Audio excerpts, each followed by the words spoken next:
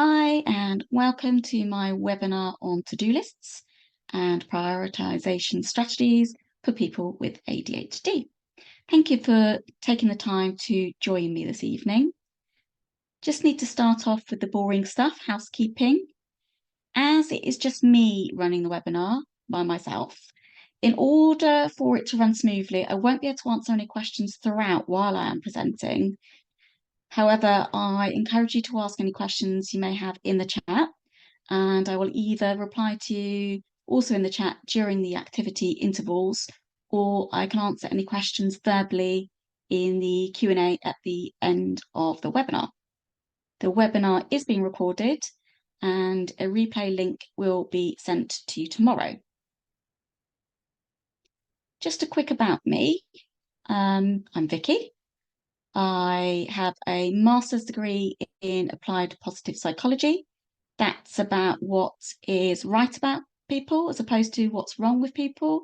That covers things like resilience, hopes, strengths, positivity, all those kinds of things. I am also a certified resilience coach, and I am currently doing a PhD in mental health with a research focus on gender bias in the diagnosis of ADHD, using myself as a case study, as I was only diagnosed last year at the age of 41.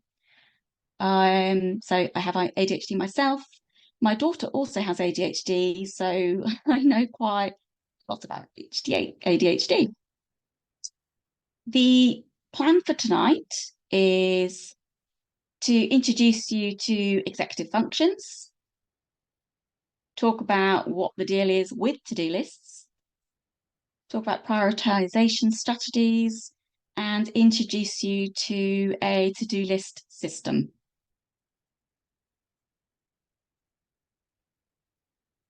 If you have attended one of my webinars before, then you will have seen this model before. However, it is so important, and I use it with all of my clients, that I always do a quick intro to it at the beginning of each webinar in relation to whatever the topic is, just in case it's your first webinar with me.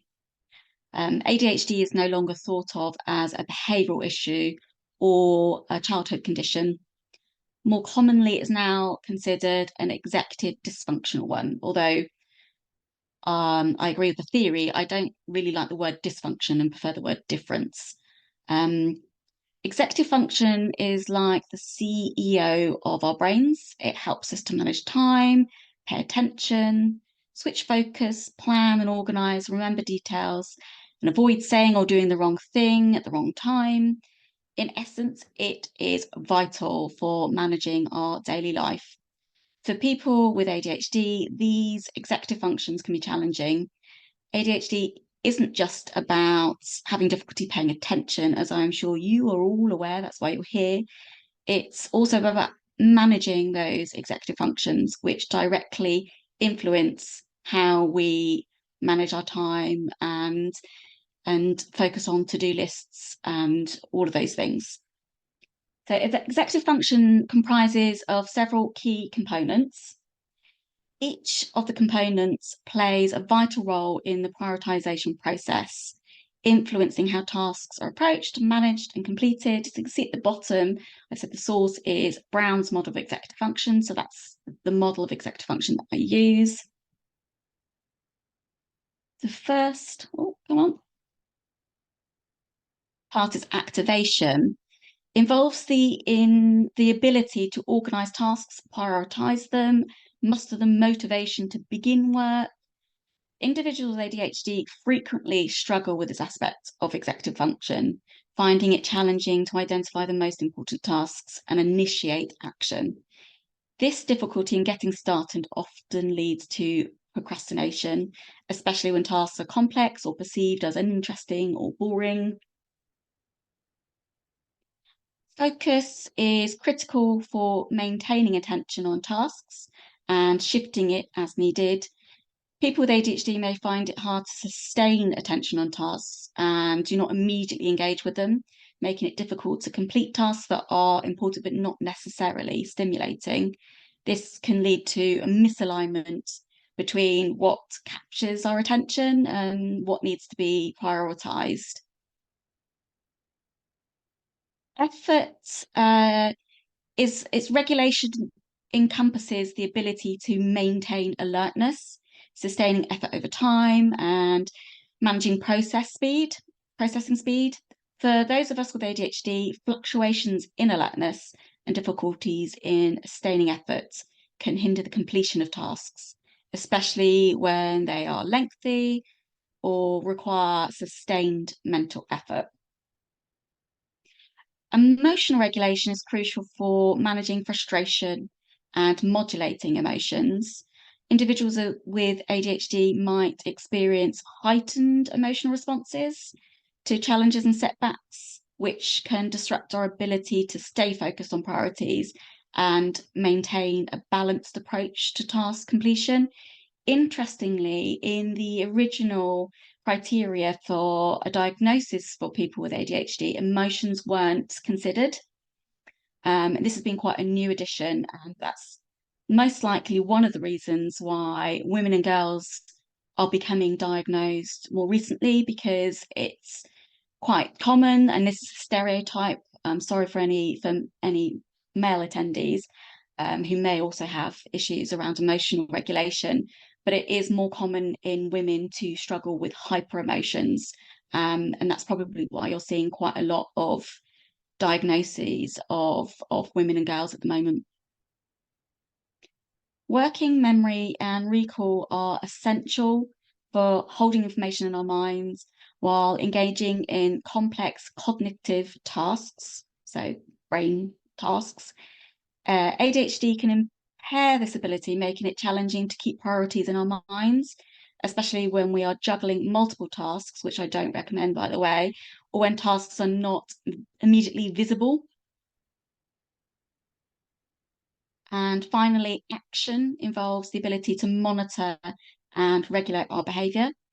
Impulsivity is a hallmark symptom of ADHD, and it can lead to difficulties in choosing actions that are in line with prioritised tasks, often resulting in a preference for tasks that offer immediate gratification.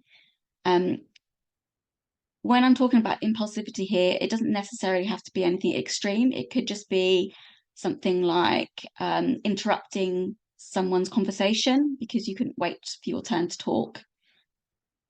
Okay. What is a to-do list? Take a second to think about it. Then I want you to either write it down on a piece of paper or notebook, whatever it is that you have to hand, or feel free to write it down in the chat. And I'll just give you a minute to do that.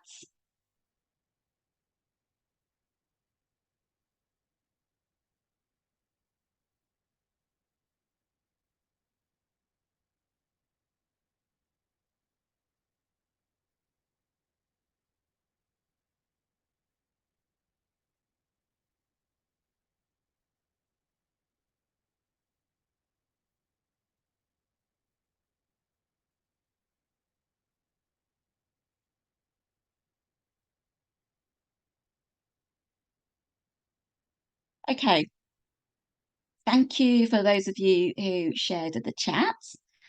I will have a proper look at them in a moment in the activity interval. The to-do list is more than just a checklist. It's a strategic tool for time management and personal organisation. It represents a tangible manifestation of our goals, tasks, responsibilities, and is then distilled into actionable items. By externalizing our memory and priorities onto a list, and I will talk a lot about externalizing because it's really important, we can free our minds from the burden of remembering and focus more on the act of actually doing. How do we integrate to-do lists into our lives? In a personal context, a to-do list can help manage household chores, personal projects, health routines, leisure activities, ensuring a balanced lifestyle. In the workplace, to-do lists are invaluable for managing deadlines, meetings, collaborative projects, tasks and personal developmental goals, contributing to career growth and efficiency. They can be digital or analog. So to-do lists can be maintained in a traditional paper format or through digital platforms and apps that offer reminders, prioritization features, and the ability to share the task with others. There are different types of lists, and here's a selection. You can see that there is a shopping list, general to-do list, list of errands, and a visual list with post-it notes. There are loads of different types of lists and ways to do them. You could have a daily list, which focuses on tasks that need to be accomplished within a 24-hour period. They're usually dynamic and changing as tasks are added, completed, or postponed. You could have a weekly or monthly list, which provides a broader overview of tasks that need attention in the longer term, and they're useful for planning ahead and ensuring that important deadlines are not overlooked. Project lists tailored to specific projects. These lists break it down into complex tasks into smaller, manageable actions, and they help in tracking progress and maintaining focus on project goals. Master lists are a comprehensive compilation of all tasks and aspirations. They're not tied to specific timelines. Items from the master list can be moved to daily or weekly tasks as your priorities shift. I did send out an email on Monday suggesting that you make a long list of to-do items before tonight's session. Don't worry if you haven't had a chance yet. You will have an opportunity to do so later, and this is something that we will definitely be talking a lot about this evening. And when I'm talking about a master list, it is just a long list of your external thoughts of things that you feel you need to do. That doesn't need to make any sense, doesn't need to be any context. It's just a list of things from your head, basically, okay? What makes a good to-do list? So it needs to be prioritized. A great to-do list organizes tasks by their importance and urgency, and it helps you focus on the high priority activities first, ensuring that you're always working on what matters most. And I will, of course, discuss this more in a bit. It needs to be specific. You need to add context, not at the master list stage. As I just said, that doesn't need to make sense. But when we get to putting it onto a proper to-do list, you need to add the context. An effective to-do list is clear, specific, rather than vague ideas. And this means breaking down your large projects into manageable actions and making it easier to start and complete each task. It needs to be flexible. Life is unpredictable. A good to-do list allows flexibility. It enables you to adjust your priorities as situations change throughout the day, week, or month. And this is so important, particularly for people with ADHD. As I'm not sure about you, but if I feel too restricted, I can then feel a bit trapped. And by adding a bit of flexibility, it reduces my anxiety around lists. You need to be realistic. Setting achievable goals or amount of things on a list is crucial. A well-crafted to-do list considers your time and your resources. It ensures that you're getting yourself set up for success and not burnout. So don't just put a million things on a to-do list that is intended to be a daily list. If the amount of tasks on a list accounts for so many hours in a day that it just would not be humanly possible to complete all of those tasks, then it shouldn't be on the list. You would need to go back to your prioritization strategies and maybe think about delegating those tasks if they are unable to not be completed for reasons like an external deadline that's out of your control. It also needs to be segmented. So this could be dividing your list into categories. This could be work, personal errands, whatever your categories are, that it needs to be personal to you, can help you to manage different aspects of your life more efficiently and making your to-do list a more powerful tool for your work-life balance. Taking all of that into account, this is a basic system that I have created for my clients. The first step is to collect your things to do, also known as tasks or something that is actionable. This is your master to-do list and can be a long list of anything you want to externalize from your brain, get it out there, and does not need to make any sense at this point. It could be on a piece of paper, on the back of a Chinese menu, or in an app. You just need to get it out there in the world and not floating around your head. The next step is to organize your collection of tasks. This is where you would use your prioritization strategies, which we'll get to later. Number 3 is arguably the most important part of the system, completing the tasks. It is all well and good collecting what you need to do and organizing or scheduling it, but you actually need to do it. This can be a particular issue for people with ADHD, as we often procrastinate, and I know I most certainly do procrastinate. You also need to regularly review your to-do lists. It is no good having an item on your list that just sits there. I have a weekly family planning session that I will, again, talk about a bit more later. So we're going to start off with the collect part of the system. We're going to look at collection methods. You could have a dedicated notebook, although you need to remember that you would have to make sure that you have it with you at all times, in addition to a pen. I have tried this method, but I ended up with a vast number of notebooks that were frequently lost and found and started and restarted every time I found the notebook and lost it. So although this isn't for everybody, I know that some people feel quite it's very important to them to have a tangible item in their hands, and that is absolutely fine if that works for you and you have a dedicated notebook that you know you definitely have with you at all times. Whiteboards or chalkboards, I use whiteboards a huge amount.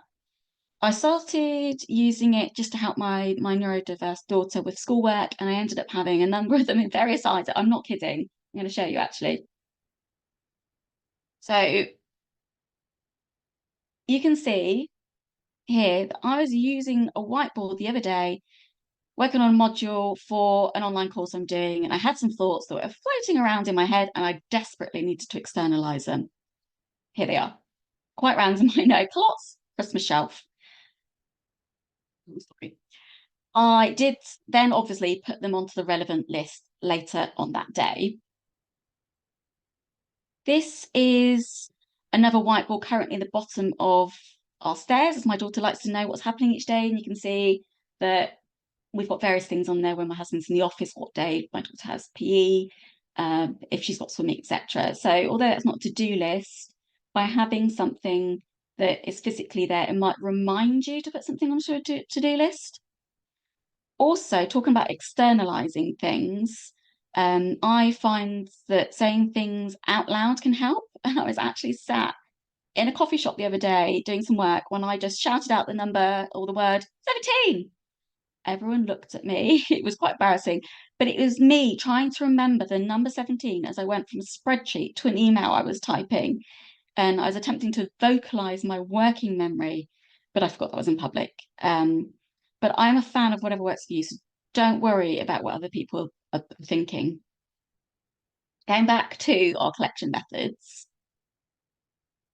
post-it notes. They are amazing. You can have a pad in various rooms at home and at work. This will mean that you will likely find one when you need to externalize your thought or actionable task, instead of shouting it out loud or writing on a random whiteboard. You can then stick it somewhere relevant to you remembering to action it. And this could be your front door to make sure you take something with you to work the next day. Could be on your laptop to remember to send an email. It can be anywhere where it will either be added to another more permanent list or be actions or completed straight away. There are loads of them. The next slide will actually introduce you to a handful of them. Voice notes. This was actually my 8-year-old daughter's suggestion. She is always asking me, what I'm working on and likes to contribute her thoughts as a fellow neurodiverse person. So she made a very valid point when we were driving to school this morning. So I had to add this to the webinar presentation. So as we drove past a building that she wants to know more about, she's also autistic, and she's very curious about everything. So she said to me again, Mum, we need to Google what that building is. We keep forgetting. And I replied, yes, yeah, you're right, we do. We keep forgetting, but it's not possible for me to use my usual methods of externalizing my thoughts while I'm driving. And she replied, okay, why don't you just ask Alexa to remind you later? Amazing. Why did I not think about that? Anyway, so that is what I did. I have the app voice activated on my phone. And this is one of the reasons it's great to include your kids in the planning process, which I'll talk about more again. So voice notes, you could even just have, if you're not driving or in the shower or whatever, you could just use voice notes on your phone. There are dedicated apps for that, or it could just be doing a WhatsApp voice note just for yourself. But it's a great way to find different ways of collecting your to-do list items and tasks in any way that is right for you. So here are some of my suggested apps. So you've got Todoist, Trello, AnyDo, and TickTick. All of these apps are free and sync across platforms and devices. When I say free, that they are free, but you can obviously add premium if there's additional things you want it to do. So they're all sync across platforms and devices. This means you can use it on your phone, your tablet, laptop, and all of your lists will then automatically update. I personally use the first two, Todoist and Trello, and I will show you a couple of examples in a moment. I tend to use Todoist for easily collecting my tasks whenever I need to and wherever I am, as I can just use my phone, which I tend to have on me. Trello, I find, is better for visualizing my to-do list, and I'll talk more about that later.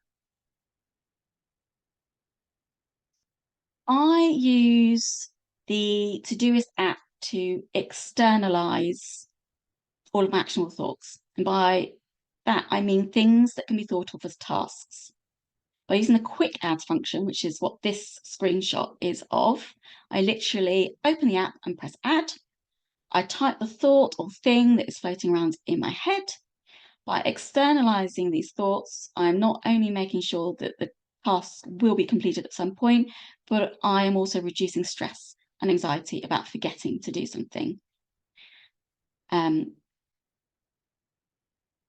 you go. I've added what the item was. And then by using an app, I can access it on my phone, tablet, or laptop, and it syncs across all of them. This means I can add something to the list or check the lists from multiple devices, whatever is closest and available at any given time. And that's just a list of some things that I just use the quick add function for. As you can see, none of them make any sense in relation to each other. It is just getting that thing out of my head, just externalizing that actionable item and just putting it there. I know that not everyone is a fan of apps, technology. I do, however, strongly recommend using an app if you are like me and you're prone to misplacing things, as it will just cause more stress trying to either find your notebook or hope that you remember the task in your mind until you need to do it later. So it's just something to think about. Moving on to the organise part of the system.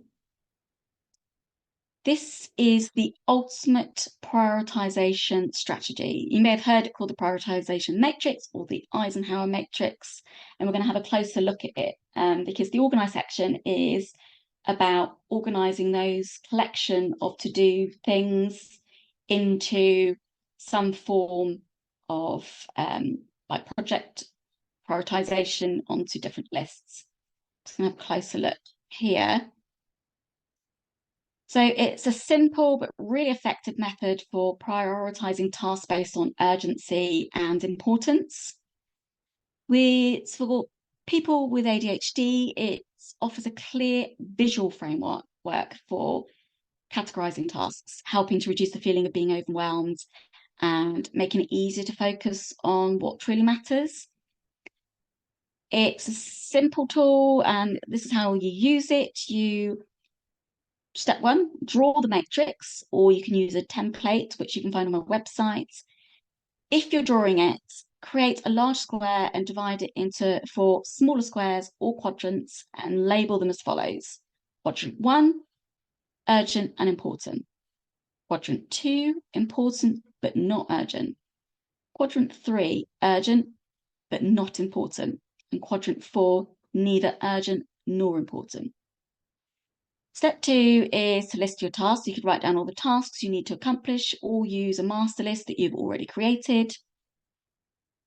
Step 3, you assign tasks to a quadrant.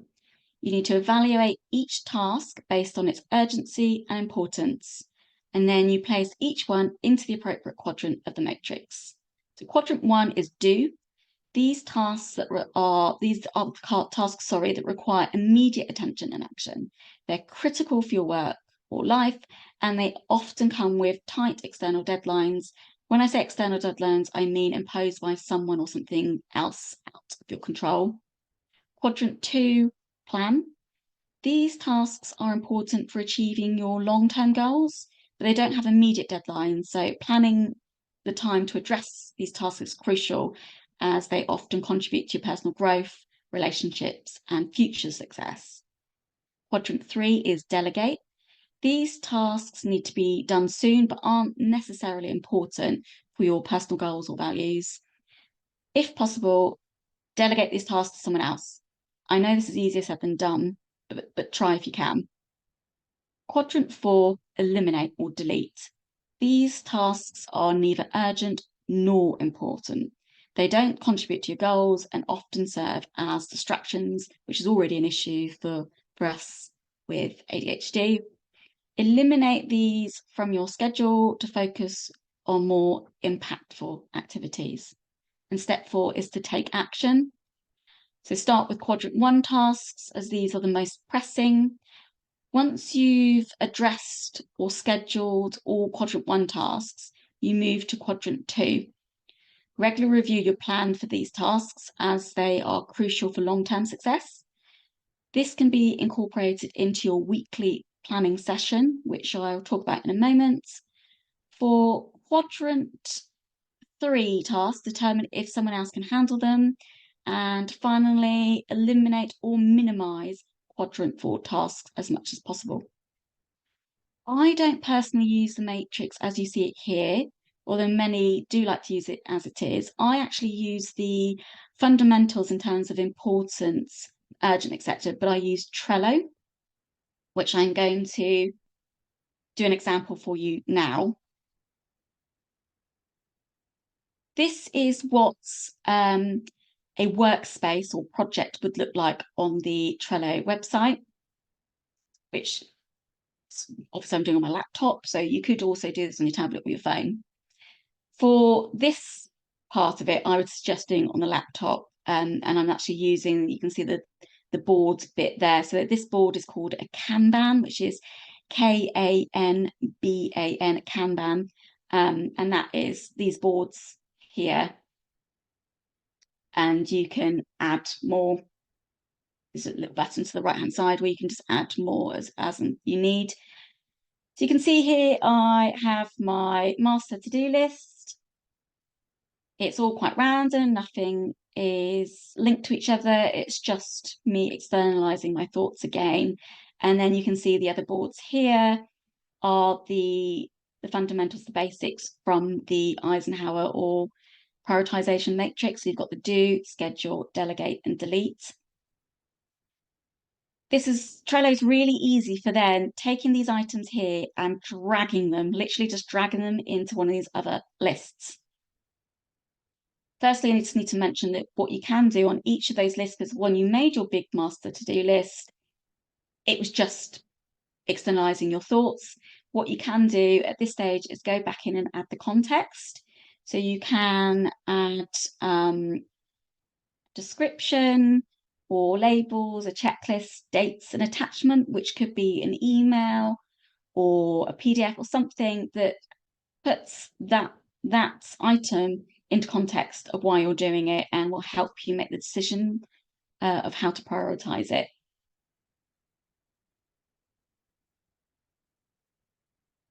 So you can see here, I have dragged all of the items from the master list over into the relevant, do, schedule, delete, delegate, all of those things. So then that is one way of segmenting your list. You could also, if you wanted to, and please try not to make it too complicated, I've created a workspace which is called prioritization matrix, just as an example. But for me, it could be PhD, business, and then I could have a list for each of those. But that's only if you're okay with having more than one list. The other way of segmenting list is by project. This is Todoist again, as you can see that I have projects down here, and I've got PhD, family, shopping list, which I share with my husband and we use it loads. And I've got new house and my business. I've used colours to be able to quickly identify each list. Although, to be honest, more often than not, I use the quick add as I want to add something on the fly. And then you can go back later and assign it to a project or add context with your priority labels, all the things that we talked about with Trello a moment ago.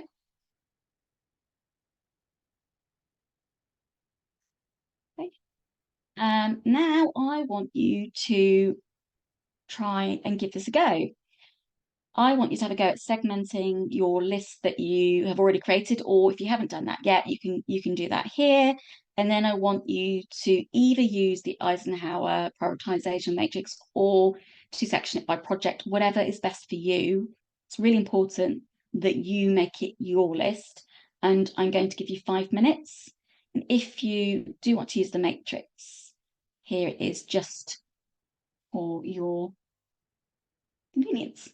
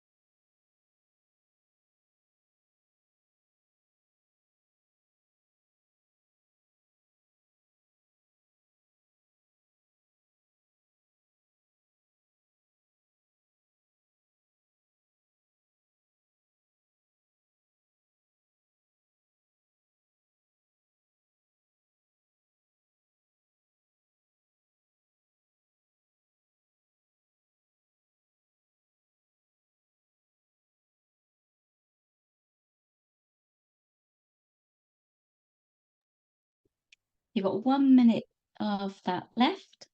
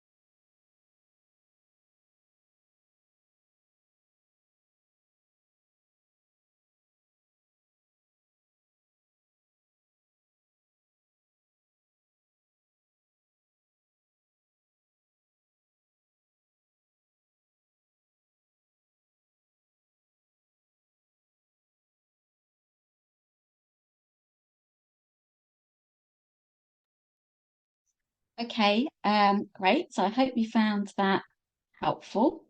And let's move on to my computer will help me. Moving on to the action part of the model. How to put all of these things into action. You could use a timer for focused work sections. Set a short timer for maybe 25 minutes for doing a specific task on your to-do list. Start the timer and work solely on that task until the timer goes off, and then move on to the next thing. Immediate action on quick tasks. So identify any task that can be completed in 2 minutes or less and just do it immediately. Get it done rather than adding it to your to-do list, making it look really long and stressful. Get it done. Try taking physical activity breaks in between your tasks. It could just be a 5 minute walk or a stretch before moving on to the next task, and that will give you sort of breaking up the tasks and make a physical boundary between tasks, I guess is the best way to describe it. Single tasking with environmental cues. So choose one task to work on and clear your workspace of anything unrelated to that task. And you use environmental cues like a specific lamp you turn on only when you're focusing on tasks. So it's sort of tricking your brain into doing something every time you turn that lamp on, and that becomes a habit. Verbal commitment to start a task. So verbally committing to start a task by telling someone or recording a voice memo stating what you're going to do. And this can increase your accountability to following through with that task. A change of scenery can really help. Maybe for different tasks, you have different places. You could have a creative thinking area, an administrative work area. Maybe when you're doing creative thinking, you go for a walk. When you're doing admin, you sit at your desk. By changing your physical location or rearranging your workplace to match the task, it can help you reset your focus. These refined ideas are designed to make the action stage more accessible for people like us with ADHD by focusing on direct, implementable steps that encourage immediate engagement with the task at hand. Moving on to the last part of the system review. And I suggest that you do a weekly planning session. Choose a day that works for you. Try and keep the same every week. I do it on a Sunday afternoon. Try and include others. So for me, it's a weekly family planning session. Myself, my husband, and my daughter have a nice meal set at the table, and then we talk about what's coming up with the week ahead. Having your tools could be whiteboards if you're a lover of them, like, oh, could be your notebook, It could be your calendars. Obviously, if you're doing it with other people, it's not just you. It could be their calendar. It could be anything that's going on for a project for both of you. You need to have the external things that would help you complete your planning session together.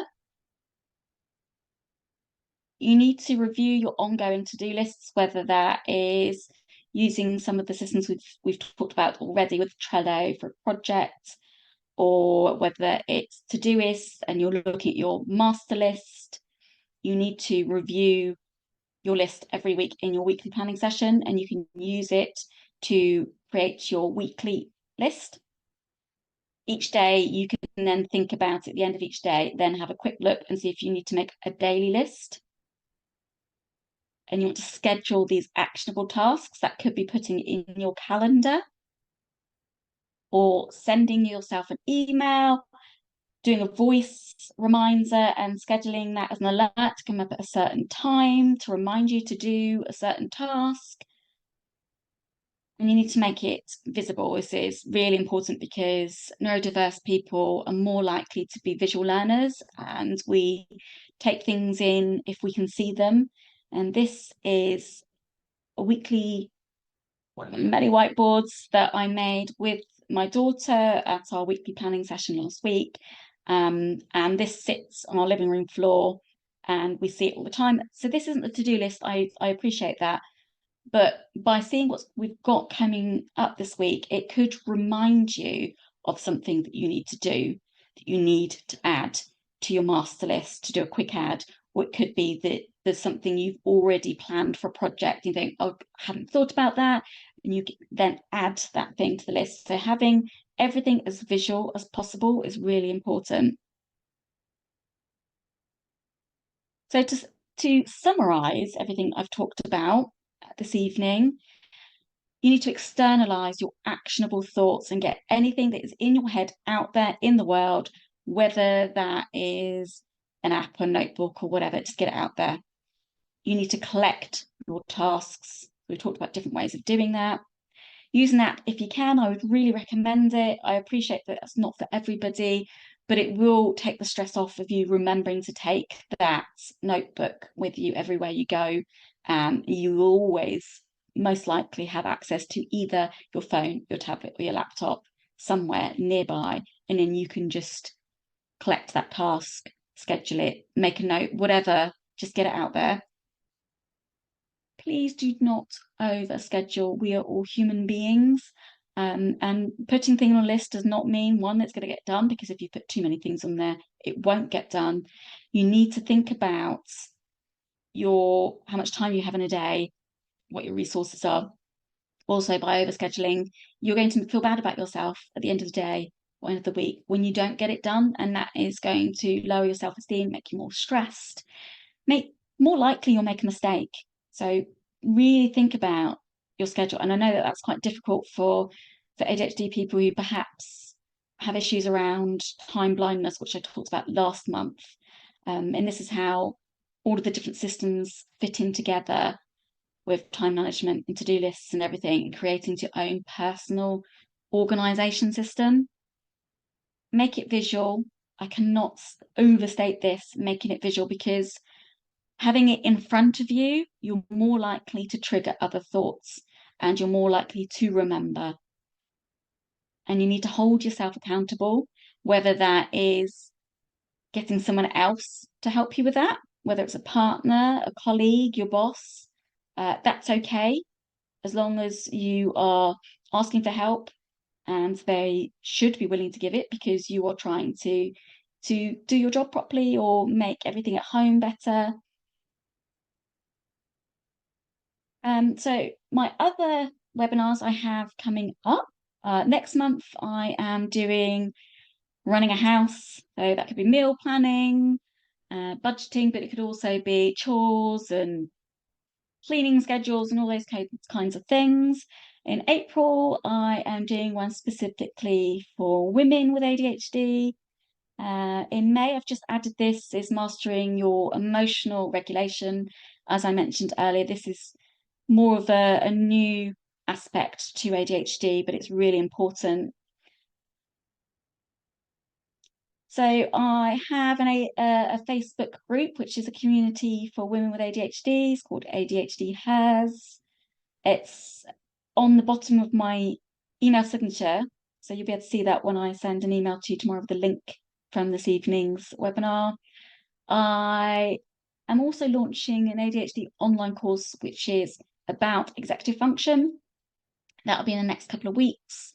I'll send you an email about that. It was previously an email course, but it wasn't really working.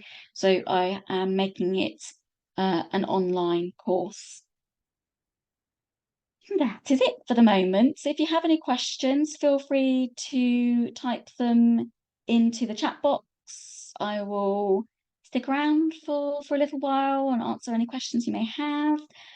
Thank you so much for being here this evening. I hope that you got something out of it, and I hope to see you in one of my webinars again.